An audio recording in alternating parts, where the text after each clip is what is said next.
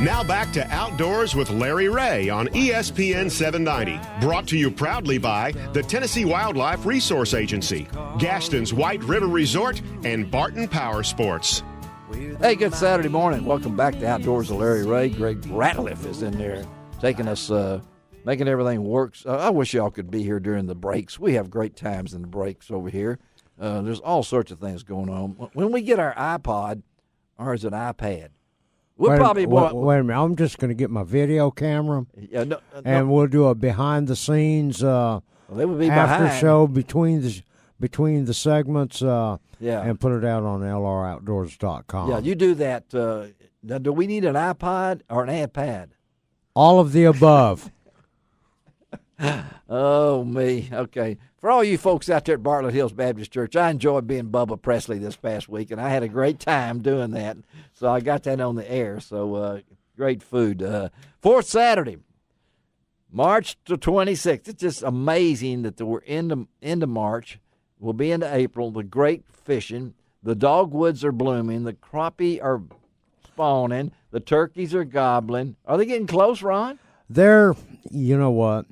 They were getting really close. Until the little spell came through? The fish had moved up. Yeah. The water temperature in most of our lakes throughout the Mid-South here got up into the high 60s, and in some places, 70 degrees. Magic number. 68, 65 degree surface temperature. The fish were ready to spawn. And of course, we're just now getting over this full moon, which they typically look at. But we had Mother Nature come in with a little bit of cold weather here. Yeah, from brought frost. The water temperatures down to the mid-50s. Dropped it that much? Yeah, okay. That much. 10 degrees in a lot of places. And so with that, it looks like the major spawning period for bass and crappie are going to be in April.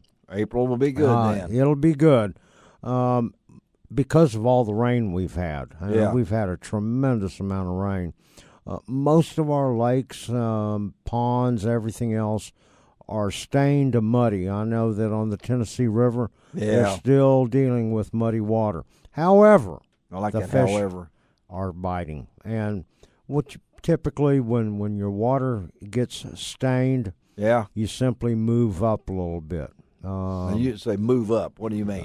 Get shallower. Shallower. For example, on Kentucky Lake now, although it is muddy on the river, they're still catching fish, but they're catching fish 3 to 4 feet deep on the river on some of the bars that come up that high off the river, and then on secondary points. Sardis Lake has jumped 10 feet in a week. Wow. And so it's going to move the crappie up very, very shallow. The same thing with Enid. I heard some reports from Enid down there that it's stained. And they're all stained, but they're all catching fish. Grenada Lake is putting out those 2.5 pound crappie right now in that muddy water they have down there. And the secret for all you crappie fishermen out there. Yeah, all 5 of you. Okay. There's a lot of them. Watch out. I know there's a lot of them out there. But, and a lot of you use jigs out there. Yeah. Tip them with a minnow in stained, muddy water. Really? And that's the whole deal to be able to Write catch more fish. Write that down, folks. That's from Ron Wong. Tip them with a minnow. What size minnow? I like to use a medium minnow. Medium-sized minnow. Okay. Now, if I'm going to go to a place like Grenada Lake or Lake Washington, I'm going to use a large minnow, at least a 2.5, 3 inch minnow. Well, believe it or not. Yeah, that way if they're not biting, you can eat it. You know, I mean, I know you going on these things. I know we have. Yeah, Frank just kind of. Frank makes faces at me. Well, I don't normally do the fourth Saturday, and I think I'm glad. No. But we've had a lot of wind too. You guys, a lot of wind. I mean, and it's going to not affect fishing. Yes, but it I will. know even motorcycle guys, some friends of mine, Frank, and I know you do sell some cycles over there, don't you? I do sell motorcycles, and we don't like a lot of wind. You don't like a lot of wind, and we have had some unbelievable wind this week. I saw in West Memphis like a 50-mile-an-hour gust. Now, can you imagine being on unless you were on a slingshot, that would probably just sling you into the next county. I don't know. But wind for motorcycles and wind for fishing is lose. I mean, it makes it's it a very safety difficult. factor. Yeah, Safety factor, Frank, for you too. I mean, when you're out in that kind of wind, what effect does that have on the cycle? It's pretty bad. He blows you sideways, and you only have two wheels to keep you going straight. So Yeah. It's not like you're in an automobile. And you're going across either one of the bridges, Either either- open airspace. Yeah, All the right. bridge, you're up higher than everything else. You catch more wind, and everybody knows that rides a bike goes when it's windy. You slow down when you're going across the bridge. It's the same with fishing. I mean, absolutely. A real foot is about.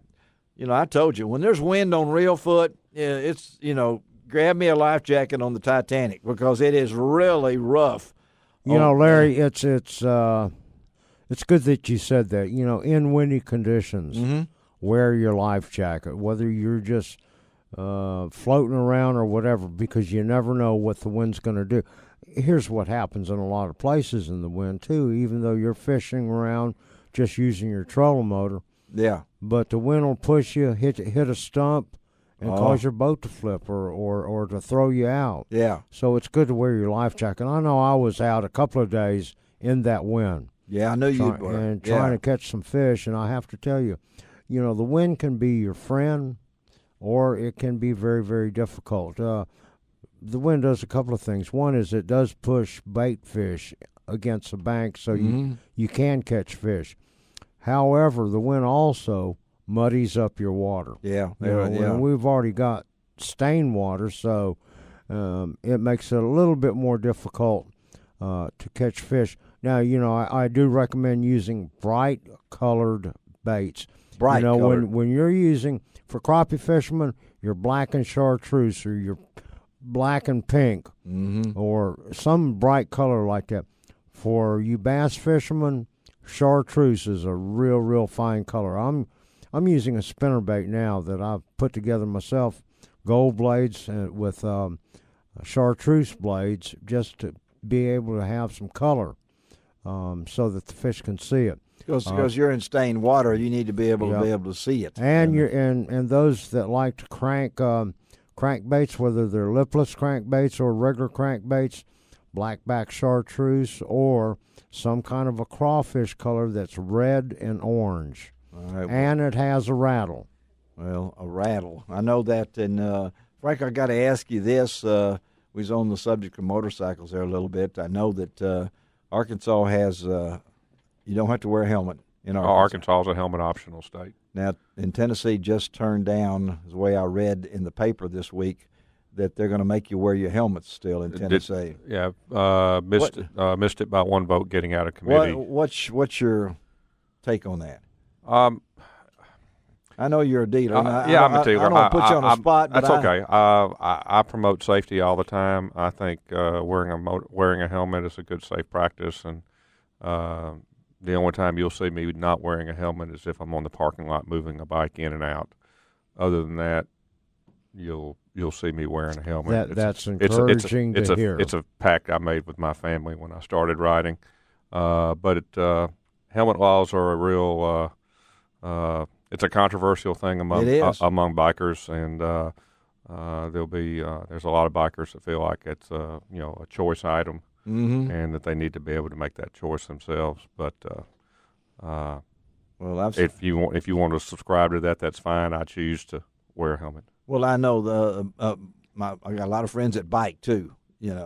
So a regular bike, mountain bikes and things along that line, and they wear them helmets because they're going to flip or something like that if they hit something. But what you got to bring something up? You sure can, Guy Trebo. Just this past week, guy plays for the Baltimore Ravens. Yes, yeah. Was riding a motorcycle without a helmet, and he's dead now. Yeah, 23 years old. Yeah. Did you see that, Frank? I did. Yeah, and I that gets a lot of publicity because he was such a well-known young man and tragic, for 23 years old for that to happen. But it can happen anywhere. So, but I thought it was check out those motorcycles over there that Frank has, and You got any slingshots in right now? We have slingshots right now. It's really slingshot weather coming up. It's a lot of fun.